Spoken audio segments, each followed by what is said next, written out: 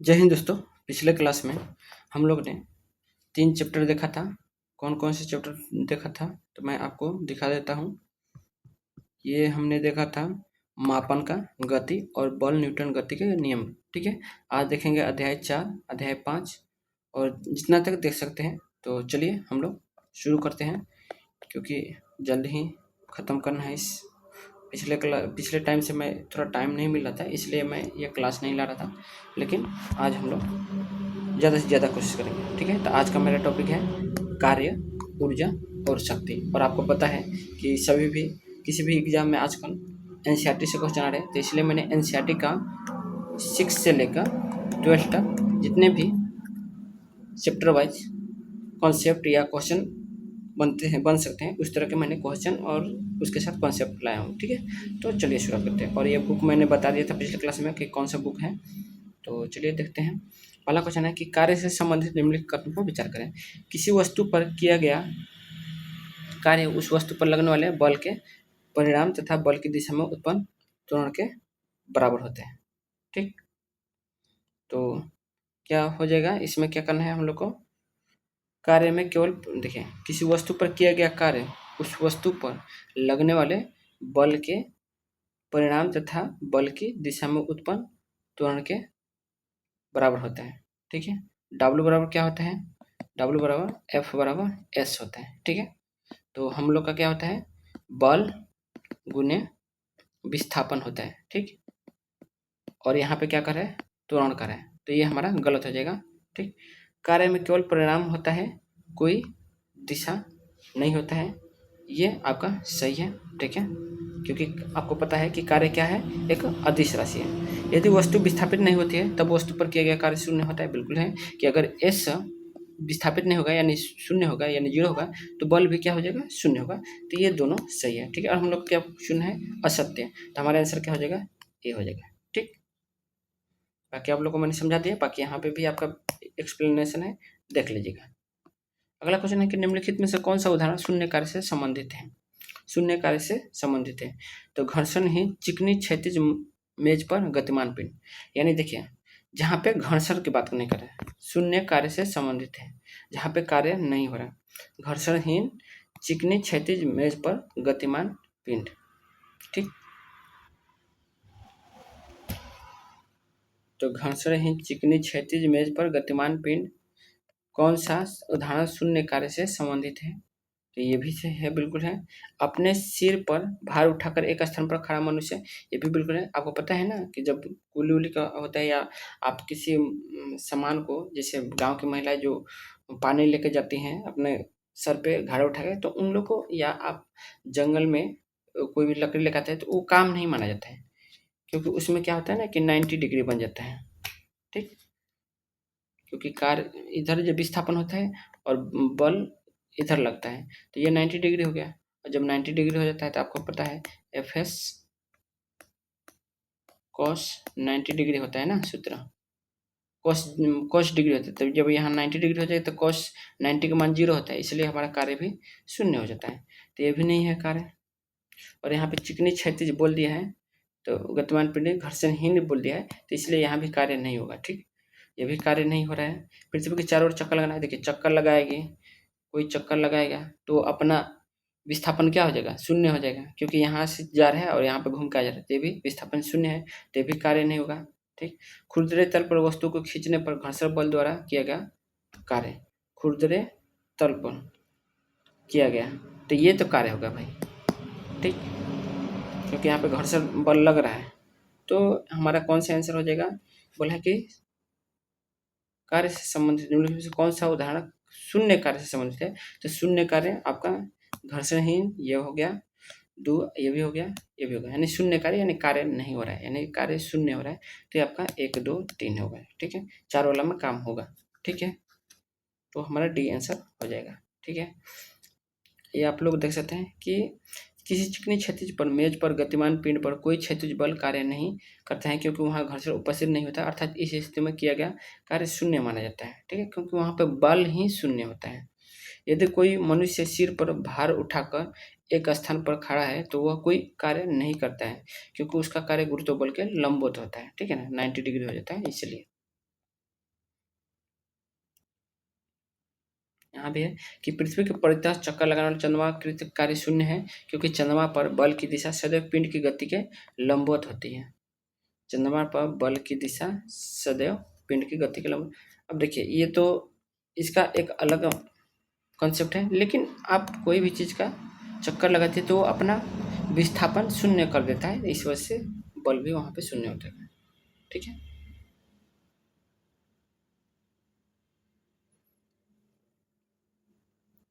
और ये भी देख रहे हैं ना कि जैसे यहाँ पे देखिए, ये पृथ्वी है, अब यहाँ पे ये चंद्रमा है, तो देखिए इससे लंबवत और इससे, ठीक है, तो ये दोनों के बीच में क्या हो रहा है ना कि लंबवत बन रहा है, और लंबवत है 90 डिग्री का, तो ये घूमते रहेगा तो हर जगह पे लंबवत ही बनेगा, क्योंकि पृथ्वी गोल है और चंद्रमा भी गोल है, तो ये हर जगह वहाँ पे 90 डिग्री से ही ये लंबवत रहेगा। इस वजह से यहाँ भी कार्य शून्य भी होता है, और चक्कर भी लगाते हैं अपना, बल भी क्या होता है, विस्थापन भी शून्य हो जाता है।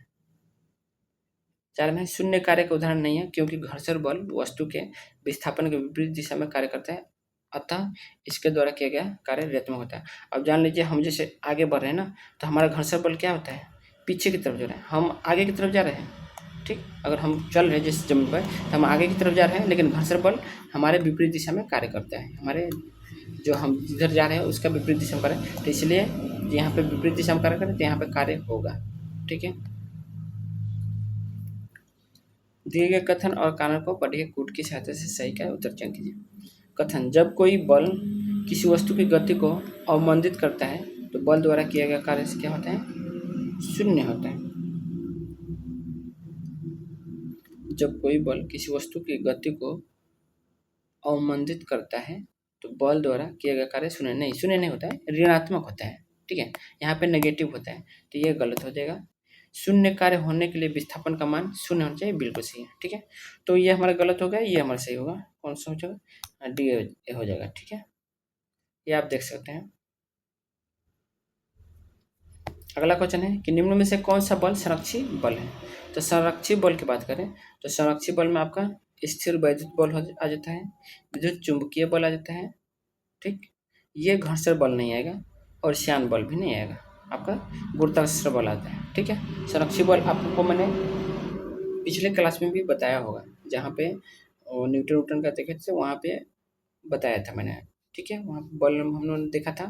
तो संरक्षी बल में स्थिर वैद्युत बल आता है, विद्युत चुंबकीय बल, गुरुत्वाकर्षण बल। ठीक है, तो ये हमारा डी आंसर हो जाएगा। ये आप व्याख्या दे सकते हैं।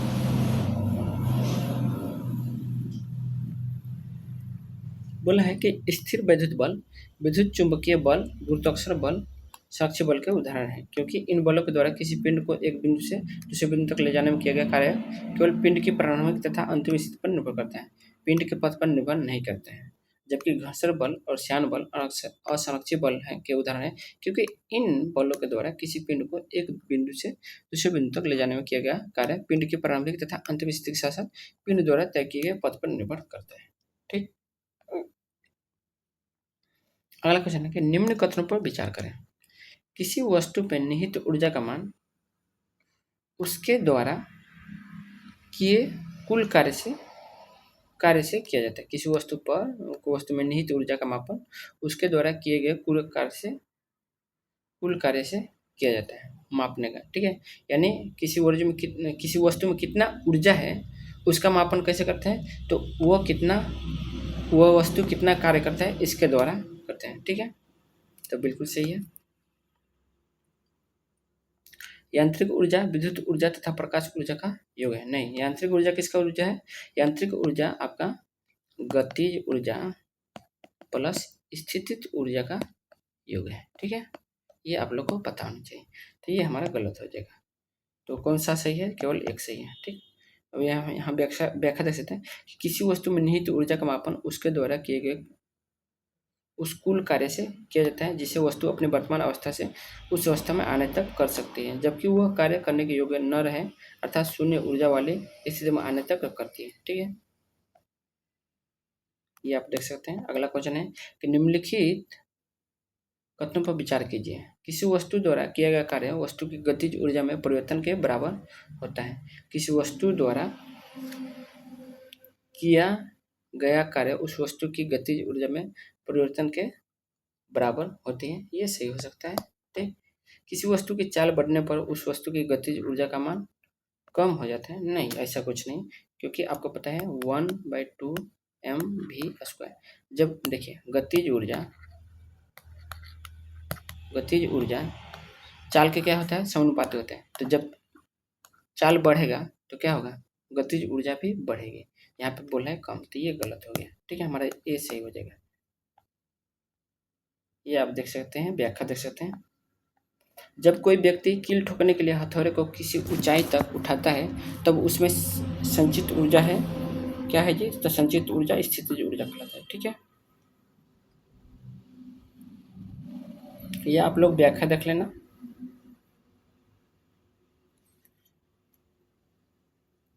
निम्नलिखित में से कौन सी क्रिया क्रियाओं में स्थितिज ऊर्जा संग्रहित करती है रहती है। ठीक है, स्थितिज ऊर्जा संग्रहित है, यानी उसका उदाहरण पूछ रहा है। तो तीर को धनुष की डोरी पर रखकर खींचने में संचित ऊर्जा, बिल्कुल सही है।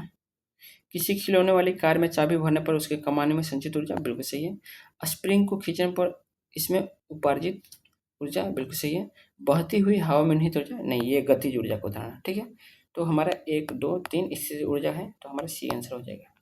ठीक, ये आप लोग देख लेना व्याख्या। वायु शक्ति में ऊर्जा का कौन सा रूप विद्युत ऊर्जा में परिवर्तित होता है, तो कौन सा ऊर्जा जी, तो आपको पता है गतिज ऊर्जा, क्योंकि वायु में क्या होता है, गतिज ऊर्जा होती है। ठीक है, और उसके उदाहरण देख लेना कि वायु शक्ति में गतिज ऊर्जा प्राय विद्युत ऊर्जा में परिवर्तित होती है। वायु की तीव्र गति के कारण ही इसमें गतिज ऊर्जा होती है।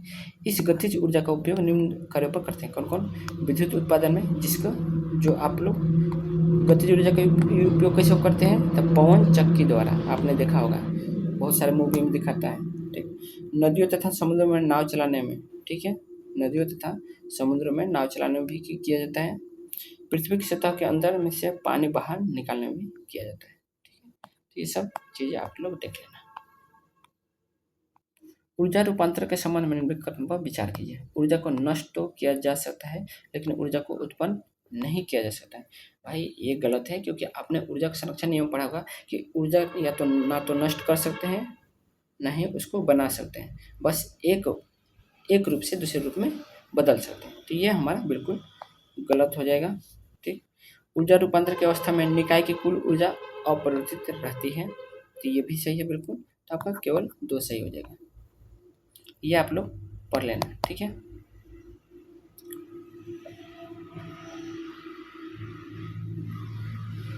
अगला क्वेश्चन है कि कथन, जब कोई वस्तु किसी चट्टान से गिराई जाती है तब उसकी गतिज ऊर्जा स्थितिज ऊर्जा में परिवर्तित होती है। गलत, स्थितिज ऊर्जा गतिज ऊर्जा में बदलती है, तो ये एक दूसरे को उल्टा हो जाता है, तो ये गलत है। किसी भी निकाय की कुल यांत्रिक ऊर्जा संरक्षित रहती है, बिल्कुल सही है। ठीक है, वो संरक्षित रहती है, क्योंकि आपको पता है यांत्रिक ऊर्जा पर क्या होता है, तो गतिज ऊर्जा प्लस स्थितिज ऊर्जा। तो ये संचित क्यों रहती है, क्योंकि यहाँ पे स्थितिज ऊर्जा गतिज में बदल जाता है, या ठीक है, स्थितिज ऊर्जा गतिज में बदल जाएगा, लेकिन ऊर्जा का मान वहीं रहेगा। तो यांत्रिक ऊर्जा सेम रहता है, बस गतिज ऊर्जा कभी कभी स्थितिज ऊर्जा में बदलता रहता है। ठीक है, तो ये आपका ये सही है, तो कौन सा हो जाएगा आपका, डी हो जाएगा। ए गलत है, आर सही है। ये आप लोग पढ़ लेना। ठीक, बोला निम्नलिखित कथन पर विचार कीजिए। कोयला, पेट्रोलियम तथा प्राकृतिक गैस ऊर्जा के परंपरागत स्रोत हैं, बिल्कुल सही है। ठीक है, जो हम परंपरागत रूप से आते हैं, कोयला, पेट्रोलियम, प्राकृतिक गैस। तापीय विद्युत संयंत्र के द्वारा विद्युत ऊर्जा ऊष्मीय ऊर्जा में रूपांतरित की जाती है। तापीय विद्युत संयंत्र के द्वारा विद्युत ऊर्जा तापीय विद्युत संयंत्र के द्वारा विद्युत ऊर्जा ऊष्मीय ऊर्जा में रूपांतरित की जाती है। ठीक है, तापीय विद्युत संयंत्र जैसे सोलर वोलर है, तो उसमें विद्युत ऊर्जा करते हैं ना, तो देखिए आप ये देख सकते हैं, उसमें ऊर्जा नहीं होता है। ठीक है ना, क्योंकि हम लोग उसका क्या करते हैं, बल्ब जलाने के लिए, बिजली पैदा करने के लिए करते हैं। ठीक है, तो आप लोग यहाँ देख सकते हैं कि ये आपका है। ठीक है, ये आप लोगों ने पढ़ा होगा 9th 10th में, या 6th 8th में भी देता है। देखिए, तापीय विद्युत संयंत्र में ईंधन के दहन द्वारा ऊष्मीय ऊर्जा उत्पन्न की जाती है, जिसे विद्युत ऊर्जा में रूपांतरित किया जाता है।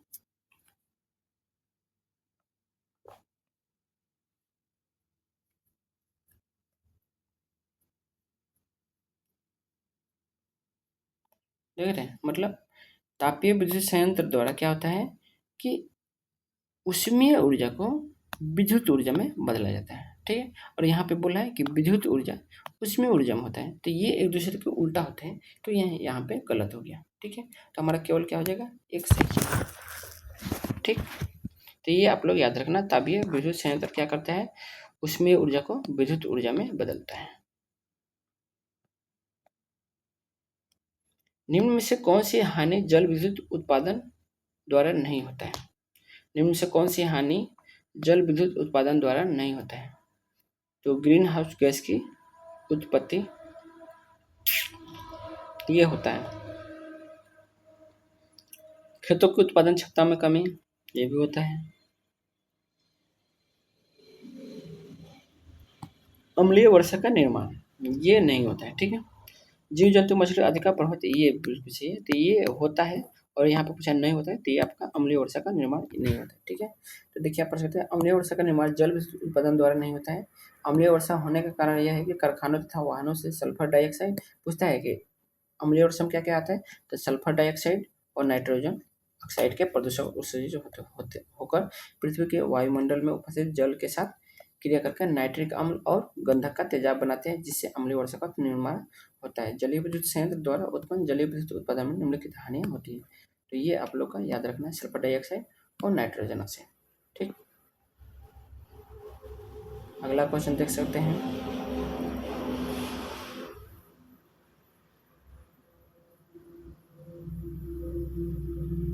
ये आप लोग देख सकते हैं, ठीक है।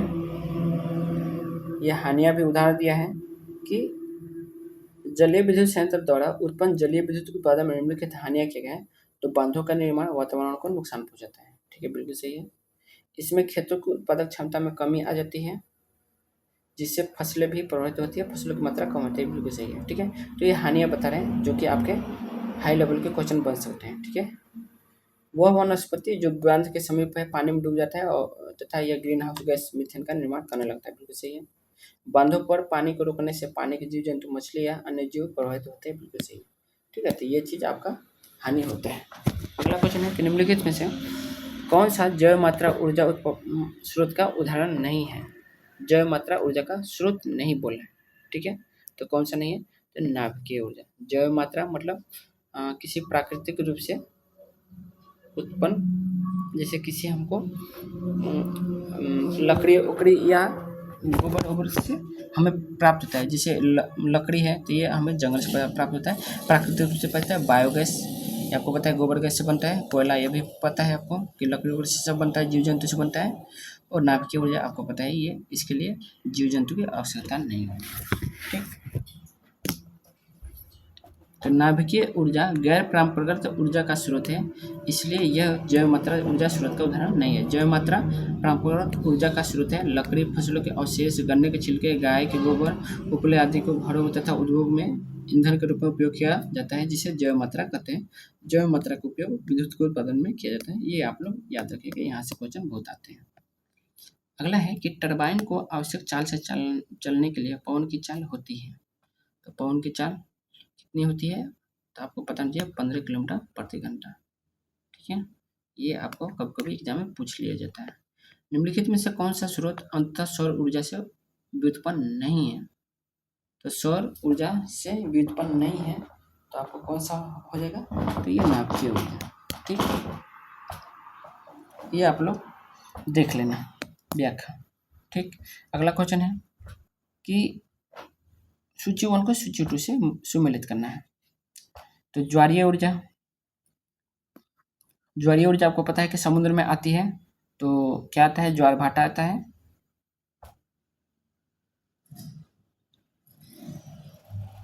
देखिए पहली बात,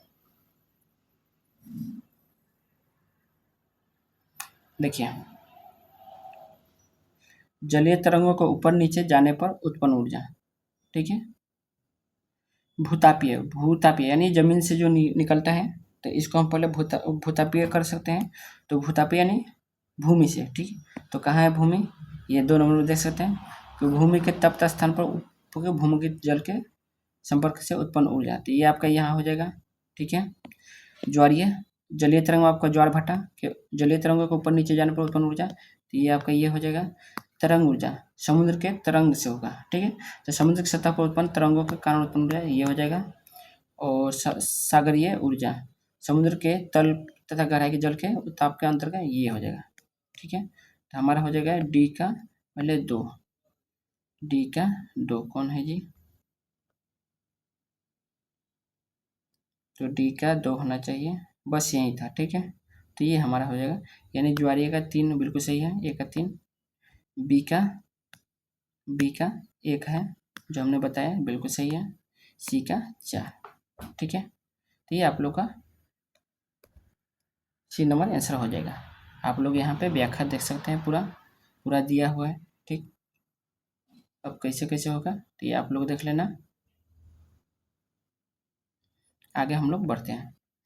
सौर सेल को बनाने के किस तत्व का उपयोग किया जाता है, सौर सेल बनाने के लिए किस तत्व का उपयोग किया जाता है, तो सबको पता है सिलिकॉन का उपयोग किया जाता है, ठीक। ये आप लोग देख सकते हैं। सागरीय तापीय ऊर्जा स्थानांतरण विद्युत संयंत्र तभी प्रचलित हो सकते हैं जब सागरीय तापीय ऊर्जा स्थानांतरण विद्युत संयंत्र तभी प्रचलित हो सकते हैं जब क्या होगा जी, तो जब महासागर के पृष्ठ पर जल का ताप तथा 2 किलोमीटर तक की गहराई पर जल के ताप में 20 डिग्री सेल्सियस का अंतर होगा, ठीक है।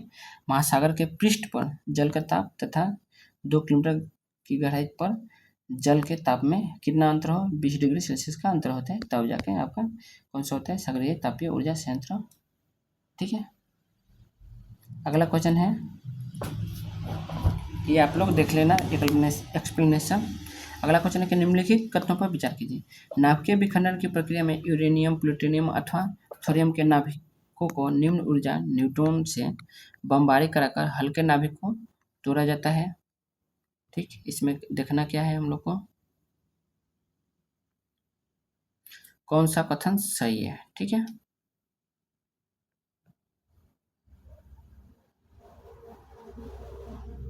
तो नाभिकीय विखंडन की प्रक्रिया में यूरेनियम, प्लूटोनियम तथा थोरियम के नाभिकों को निम्न ऊर्जा न्यूट्रॉन से बमबारी कराकर हल्के नाभिक में तोड़ा जाता है, बिल्कुल सही है, ठीक। यही तो तोड़ा होता है नाभिकीय विखंडन में, ठीक है। हाइड्रोजन अथवा हाइड्रोजन संयुग्मों से हीलियम उत्पन्न होना नाभिकीय विखंडन को नहीं, हीलियम उत्पन्न होना नाभिकीय विखंडन नहीं बल्कि नाभिकीय संलयन होता है, ठीक है, जो कि सूर्य में आपका बनता है, तो नाभिकीय संलयन होता है और हाइड्रोजन बम में भी होता है, तो ये आपका गलत हो जाएगा। अगला है कि नाभिकीय रिएक्टर नाभिकीय विखंडन पर आधारित होता है, बिल्कुल सही है, यानी आपका 1 और 3 सही है, तो सी आंसर हो जाएगा। ये आप लोग देख सकते हैं। भारी नाभिक कौन कौन से, यूरेनियम, प्लूटोनियम, थोरियम, ये उदाहरण पूछ रहे थे कि कौन कौन से तत्व आते हैं, ठीक है, ये याद रखना। अगला क्वेश्चन है कि निम्नलिखित कथन पर कथन असत्य, कौन सा कथन असत्य पूछ रहा है, ठीक है। तो सत्य कथन बताना है, तो हाइड्रोजन बम नाभिकीय संलयन पर आधारित होता है, बिल्कुल सही है। हाइड्रोजन बम के क्रोड में प्लूटोनियम के विखंडन पर आधारित किसी नाभिकीय बम को रखा जाता है, हाइड्रोजन बम के, ठीक है, सही है। सूर्य तथा अन्य तारों की विशाल ऊर्जा का स्रोत नाभिकीय विखंडन नहीं, नाभिकीय संलयन होता है, तो ये आपका गलत है और असत्य पूछा है, तो हमारा यही आंसर हो जाएगा। नाभिक के परस्पर स्थापित होने के लिए अत्यधिक ऊर्जा की आवश्यकता, बिल्कुल सही है, तो ये हमारा सी आंसर हो जाएगा क्योंकि असत्य पूछा था। ये हमारा सत्य है सब और ये हमारा असत्य था, तो यही आंसर होगा। ये आप लोग एक बार एक्सप्लेनेशन देख लेना, ठीक।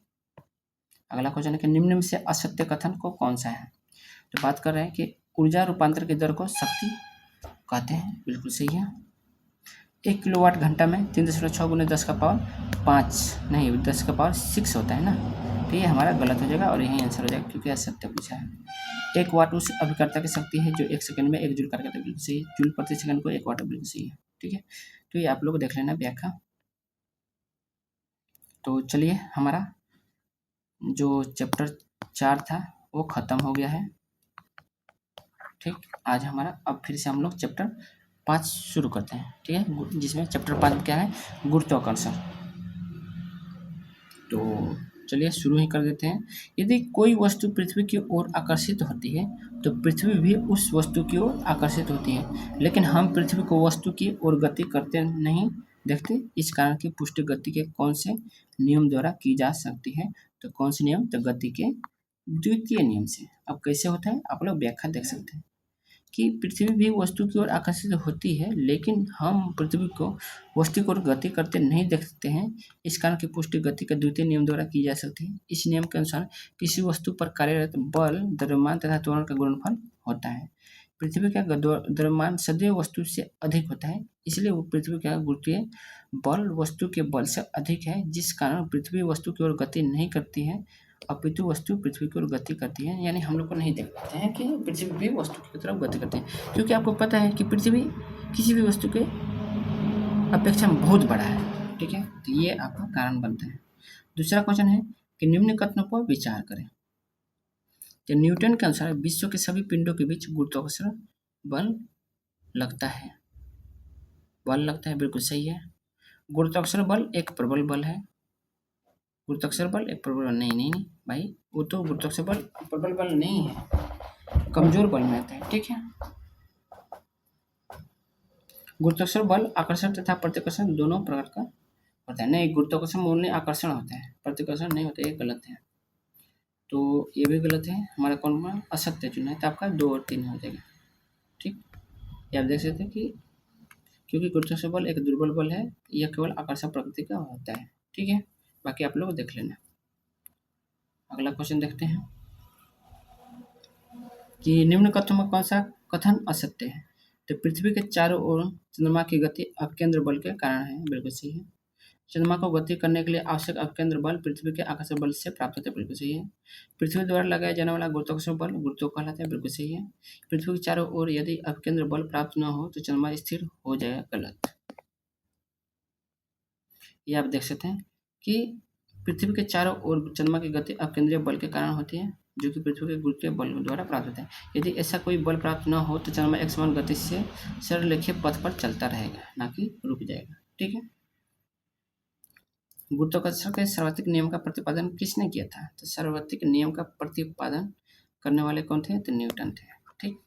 ये अब क्या किया था, तो ये आप लोग देखना कि गुरुत्वाकर्षण के सार्वत्रिक नियम का प्रतिपादन न्यूटन ने किया था, जिनके अनुसार ब्रह्मांड के किन्हीं 2 पिंडों के मध्य कार्य करने वाला आकर्षण बल पिंडों के द्रव्यमानों के गुणनफल के समानुपाती तथा उनके बीच की दूरी के व्युत्क्रमानुपाती होता है, ठीक।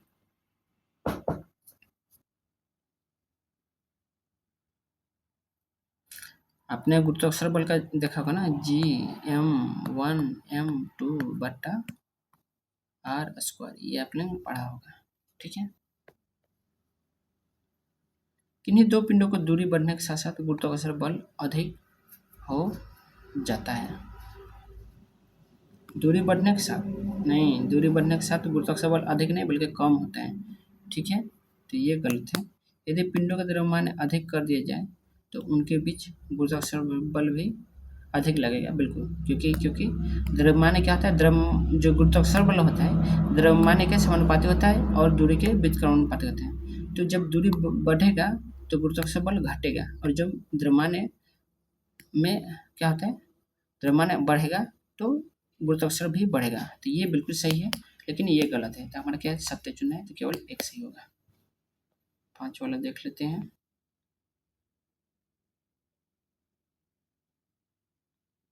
ठीक है, ओहो, ये मैंने सच बोला ना, ये गलत मैंने बोला था, ये वाला गलत बोला था, तो हमको सत्य 2 वाला सही होगा, ठीक है। मैंने आपको कॉन्सेप्ट सही बोला था, लेकिन ऑप्शन में मैंने गलत लगवा दिया था, ठीक है। तो ये 2 सही हो जाएगा। वही सोचे कैसे ये बोल दिया। ये आप लोग देख लेना व्याख्या। निम्न में से किस महान वैज्ञानिक से संबंधित है? निम्न में कथन किस महान वैज्ञानिक से संबंधित है? तो गति के सुप्रसिद्ध नियमों का प्रतिपादन किया, खगोल परीक्षणों के लिए खगोलीय दूरदर्शी की रचना की, गणित की नई शाखा कलन की खोज की। तो ये किसने किया था? तो न्यूटन ने किया था, ठीक। तो ये आप लोग देख लेना इसका व्याख्या कैसे कैसे उन्होंने किया था, ठीक है। से ही तो आपने बताया ना कि गुरुत्वाकर्षण बल से खोज होती है। तो एक बार पढ़ लेते हैं। न्यूटन नामक महान वैज्ञानिक ने गति के सुप्रसिद्ध नियमों का प्रतिपादन किया। उन्होंने प्रकाश तथा रंगों के सिद्धांतों पर कार्य किया। उन्होंने खगोलीय परीक्षणों के लिए खगोलीय दूरदर्शी की रचना की। न्यूटन एक महान गणितज्ञ भी थे। उन्होंने गणित की एक शाखा की खोज की जिसे क्या कहते हैं, कैलकुलस। ठीक है, कैलकुलस यानी कलन कहते हैं। इसका उपयोग उन्होंने यह सिद्ध करने के लिए किया कि किसी एक समान घनत्व वाले गोले के बाहर स्थित वस्तु के लिए गोले का व्यवहार इस प्रकार होता है जिससे उसका संपूर्ण द्रव्यमान उसके केंद्र पर है। अगला क्वेश्चन है कि निम्नलिखित में से कौन सी घटनाएं गुरुत्वाकर्षण के सार्वत्रिक नियम की सही पुष्टि करती है। तो सही नियम की पुष्टि करती है कौन, तो सूर्य के चारों तरफ बढ़ती गति बिल्कुल सही है। पृथ्वी पर पेड़ों को उगाना गलत, ये नहीं हो करता है। सूर्य के चंद्रमा का ये भी बिल्कुल सही। हमें पृथ्वी से बांध रखना बिल्कुल सही है। तो ये आपका 1, 3, 4 सी आंसर हो जाएगा। ठीक, ये व्याख्या देख सकते हैं। अगला क्वेश्चन हम लोग देखेंगे कि निम्न में से कौन सा युग्म सही सुमेलित है। तो केपलर पृथ्वी की ग्रह की कक्षा एवं दीर्घवृत्त होती है, बिल्कुल सही है। न्यूटन सूर्य तथा ग्रहों को मिलाने वाली रेखा समान समय में समान क्षेत्र तय करती है, ये नहीं है। ठीक है। हेनरी सुग्राही तुल्य एवं गुरुत्वीय स्थिरांक का मान ज्ञात करता है, बिल्कुल सही है। ठीक, हेनरी कैवेंडिश ने ही तो जी का मान निकालता है, तो वहीं बात करें गुरुत्वीय स्थिरांक का, तो ये भी सही है। तो 1 और 3 सही है। देखिए 2 गलत क्यों है, तो क्योंकि केपलर के द्वितीय नियम के अनुसार सूर्य तथा ग्रहों को मिलाने वाली रेखा समान है। तो ये केपलर का नियम था, जो ये दिया है सूर्य तथा ग्रहों को मिलाने वाली रेखा, तो ये केपलर का नियम ना कि न्यूटन का। ठीक है। अगला है कि गुरुत्वीय त्वरण में जी से संबंधित निम्न कथन को कौन सा कथन सत्य है। तो सत्य कथन बोला है। तो पृथ्वी तल से ऊपर जाने पर जी का मान घटता है। पृथ्वी तल से ऊपर जाने पर जी का मान घटता है, नहीं, ये गलत है। पृथ्वी तल से नीचे जाने पर जी का मान घटता है, ये भी नहीं है। ठीक, ध्रुव से विषुवत वृत्त की ओर जाने पर जी का मान, ध्रुव से विषुवत वृत्त की ओर जाने पर जी का मान घटता है।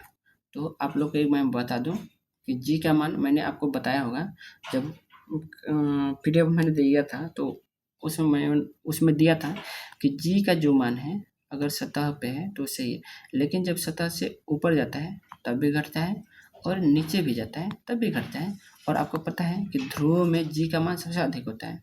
तो ये बोला है कि ध्रुव से विषुवत की वृत्ति, तो जब विषुवत की तरफ जाएगा तो देखिए ध्रुव में सबसे अधिक है, लेकिन विषुवत की तरफ जाएगा तो घटेगा, तो जी का मान घटेगा, यानी आपका ये सभी सही हो जाएगा। ठीक है, तो आपको तीनों सही है। ठीक, तो ये आपका आंसर कौन सा हो जाएगा, ये सभी डी आंसर हो जाएगा। ठीक है, तो आप लोग याद रखिएगा। ये आप लोग देख सकते हैं जी का मान का निकालने वाला है। ठीक, ये वाला ज़्यादा क्वेश्चन पूछता है इसमें। अगला क्वेश्चन है, देख लेते हैं कितने इसमें क्वेश्चन है। इसमें आपका टोटल 18 क्वेश्चन देखने को मिलेंगे और हम लोग का ये 10वां क्वेश्चन है, तो 8 क्वेश्चन और बाकी रहेंगे। तो बात कर रहे हैं क्वेश्चन की कि दिए गए और कारण का पढ़िए और कूट को सहायता से चयन करिए। तो गुरुत्वीय त्वरण का मान उस वस्तु के द्रव्यमान पर निर्भर करता है जिस वस्तु पर गुरुत्वीय बल लगता है। ठीक है, सही है। गुरुत्वीय त्वरण का मान उस वस्तु के द्रव्यमान पर निर्भर करता है जिस पर गुरुत्वीय बल लगता है, बिल्कुल सही है। पृथ्वी के तल पर गुरुत्वीय त्वरण का मान लगभग स्थिर रहता है, बिल्कुल सही है। ठीक है, लेकिन एक चीज़ आपको बताते हैं, इसकी व्याख्या देखिए, इसकी अलग कॉन्सेप्ट है और ये अलग कॉन्सेप्ट है, यानी ये जो है ना आर जो है एक ही सही कॉन्सेप्ट व्याख्या नहीं कर रहा है, तो हमारा दोनों तो सही रहेगा।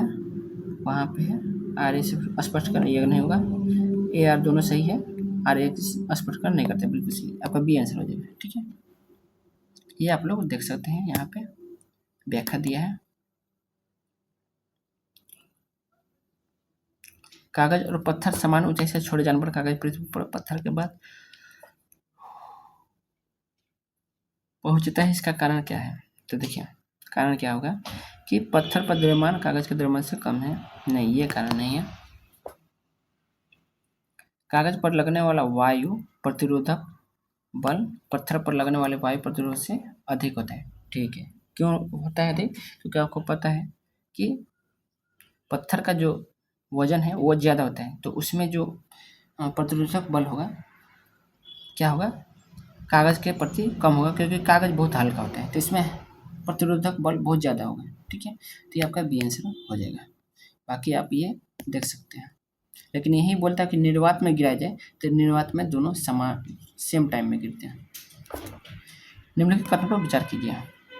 किसी वस्तु का द्रव्यमान चंद्रमा पर पृथ्वी की अपेक्षा कम होता है। किसी वस्तु का द्रव्यमान चंद्रमा पर पृथ्वी की अपेक्षा कम होती है। देखिए द्रव्यमान आपको पता है कि कहीं नहीं बदलता है।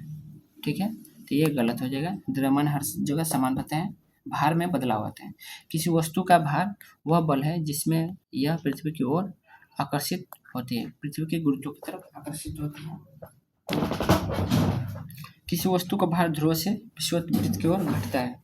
किसी वस्तु का भार ध्रुव से विषुवत वृत्त की ओर घटता है। सही है, क्योंकि गुरुत्वीय क्या होता है, ध्रुव में ज़्यादा होता है और विषुवत में कम होता है, तो ये सही है। तो आपका 2 और 3 सही होगा।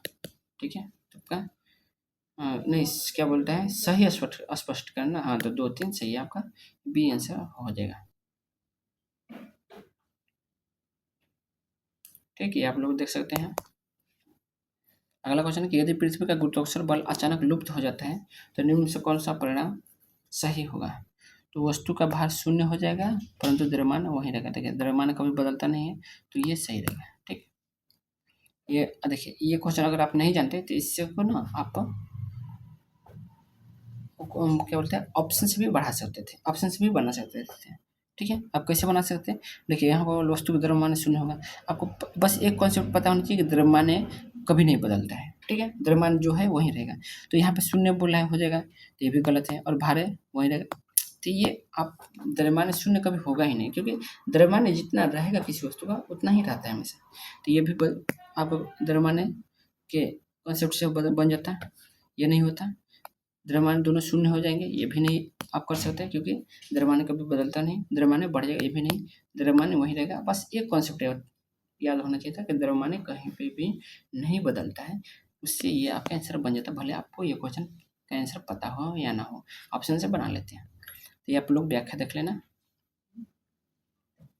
बोला है कि चंद्रमा पर किसी मानव का भार पृथ्वी पर के भार की तुलना में 1/6 होता है। चंद्रमा पर किसी मानव का भार पृथ्वी पर भार की तुलना में 1/6 होता है, बिल्कुल सही है, क्योंकि आपको चंद्रमा पर पता है ना 1/6 होता है गुरुत्वीय, तो ये आपका बिल्कुल सही है। चंद्रमा पर पृथ्वी की तरह गुरुत्वाकर्षण नहीं है। ठीक है,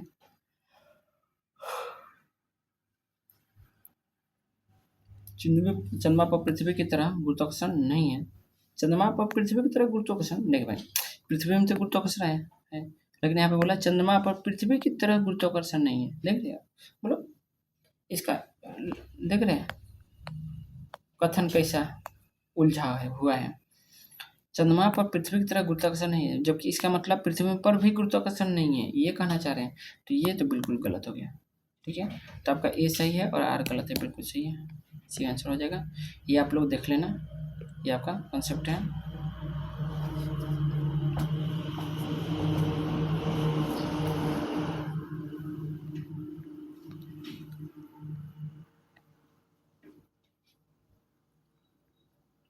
ये क्वेश्चन है कि निम्नलिखित कथन पर विचार कीजिए। पलायन वेग प्राप्त करने के बाद कोई पिंड पृथ्वी पर वापस नहीं आता है। बिल्कुल सही है, पलायन वेग पिंड के आकार पर भी निर्भर करता है। बिल्कुल सही है। ठीक है, तो दोनों कथन सही हो गए।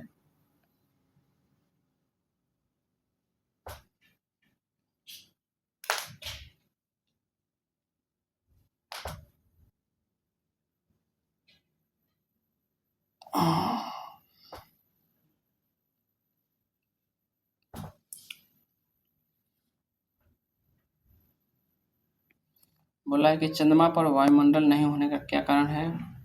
तो चंद्रमा पर वायुमंडल न ही होने का कारण क्या है, तो वह है क्या, तो इस पर गैस अणुओं का प्लान वेग उनके वर्ग मध्य मूल वेग से कम होता है, यही कारण है। ठीक है, तो ये आप लोग व्याख्या देख लेना। ठीक है,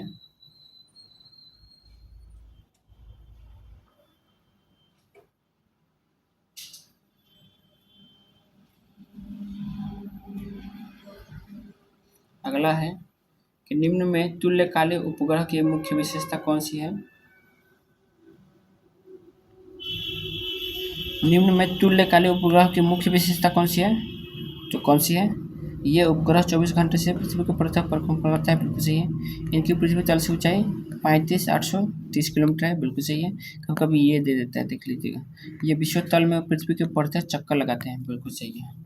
ठीक, तो ये आपका सभी सही हो जाएगा, ये आप लोग देख लेना। ध्रुवीय देखिए 35,830 है ना, आपको 3600 देता है, 3600 किलोमीटर। 35,830 न देकर 3600 किलोमीटर देता है, तो वो भी सही हो जाएगा। ठीक है, ध्रुवीय उपग्रह की विशेषता क्या है? ध्रुवीय उपग्रह की विशेषता क्या है? तो क्या होती है विशेषता, तो आपको पता होना चाहिए कि ये ध्रुव के प्रति उत्तर से दक्षिण दिशा में गमन करते हैं, बिल्कुल सही है। ये पृथ्वी के अक्ष पर पश्चिम से पूर्व की ओर गमन करते हैं, गलत। इनकी पृथ्वी पृष्ठ से ऊंचाई 500 से 800 किलोमीटर तक होती है, बिल्कुल सही है। इनका उपयोग पर्यावरण अध्ययन, सुदूर संवेदन आदि इत्यादि के लिए किया जाता है, बिल्कुल सही है। ठीक, तो आपका कौन कौन सही हो जाएगा? 2 गलत है केवल, तो 1, 3, 4। ठीक है, याद रखिएगा। तो आप पढ़ सकते हैं कि वे उपग्रह जो पृथ्वी के चारों ओर ध्रुवीय कक्षाओं में परिक्रम करते हैं, ध्रुवीय उपग्रह कहलाते हैं। ध्रुवीय उपग्रह की कक्षा की दिशा उत्तर से दक्षिण होती है, जो कि कहाँ 2 नंबर में क्या बोला था? पश्चिम से पूर्व। ध्रुवीय उपग्रह पृथ्वी की सतह से 500 से 800 किलोमीटर दूर रहते हैं, बिल्कुल सही। इन उपग्रहों का उपयोग पर्यावरण अध्ययन, मौसम संबंधी भविष्यवाणी तथा पृथ्वी की सतह के अंदर खनिज पदार्थों इत्यादि की खोज में किया जाता है। कथन 2 क्या बोला था? ध्रुवीय उपग्रह की विशेषता नहीं, चूंकि केवल तुल्यकालिक उपग्रह पृथ्वी के अक्ष पर पश्चिम दिशा से पूर्व दिशा की ओर गति करते हैं। ठीक है, तुल्यकालिक उपग्रह बोलता है तो क्या होता है? पश्चिम से पूर्व हो जाता है। ठीक है, लेकिन यह ध्रुवीय उपग्रह की बात कर रहे हैं। ठीक है, तो चलिए हम लोग आज गुरुत्वाकर्षण भी खत्म कर लिए। अगला हम लोग का क्या देखेंगे? अगला हम लोग का पदार्थों के यांत्रिक गुण देखेंगे। ठीक है, यहाँ से भी क्वेश्चन आते हैं। तो चलिए आज के लिए बस इतना ही। आपको क्लास कैसा लगा हो कमेंट कीजिएगा। ठीक है, और क्लास अच्छा लगा हो तो लाइक भी कर देना, और सब्सक्राइब नहीं किया तो सब्सक्राइब कर लेना, ताकि क्लास मिलता रहे। देखिए जल्दी क्लास मैं इसलिए नहीं लाता हूँ ना, क्योंकि मेरे अनुसार नहीं लगता है कि आप लोग को पढ़ने में अच्छा लगता है, इसलिए मुझे जब मन होता है तब लाता हूँ। अगर आप लोग को ये क्लास अच्छा लगता है तो आप लोग कमेंट कीजिए और दिखाइए कि हाँ आप लोग को क्लास अच्छा लगता है, तब जाके अपने दोस्तों को शेयर वेयर करेंगे, तभी तो पता होगा कि हाँ अच्छा लग रहा है तो मैं डेली लाऊंगा। ठीक है, इस तरह से क्या होता है कि मुझे तो यूट्यूब से तो कमाई करना है नहीं। ठीक है, मैं यहाँ पे कमाई करने के लिए क्लास नहीं करता हूँ, तो मैं किसी को आप लोग के हेल्प के लिए ही ये कराता हूँ। तो आप लोग को अगर अच्छा लगेगा तो आप लोग शेयर करें और मुझे मतलब कराइए, मतलब क्या बोलते हैं कि महसूस कराइए कि आप लोगों को क्लास अच्छा लग रहा है। क्योंकि अब जब आप लोग लाइक ज़्यादा करेंगे, कमेंट ज़्यादा करेंगे, और जब इसमें व्यूज आएगा वीडियो में, तभी तो मुझे लगेगा कि आप लोग को क्लास अच्छा लग रहा है, तब जाकर मैं डेली करा पाऊँगा। जबकि मुझे लगे कि हाँ आपको क्लास अच्छा ही नहीं लग रहा है, तो फिर कराने से कोई फ़ायदा नहीं है, तो इसलिए मैं नहीं कर पाता हूँ। तो अगर आपको अच्छा चाहते हैं कि डेली क्लास हो, तो आप लोग शेयर करें अपने दोस्तों को। ठीक है, तो आज के लिए बस इतना ही। यहाँ तक अगर आपने देखा तो इसके लिए बहुत बहुत धन्यवाद। ठीक है।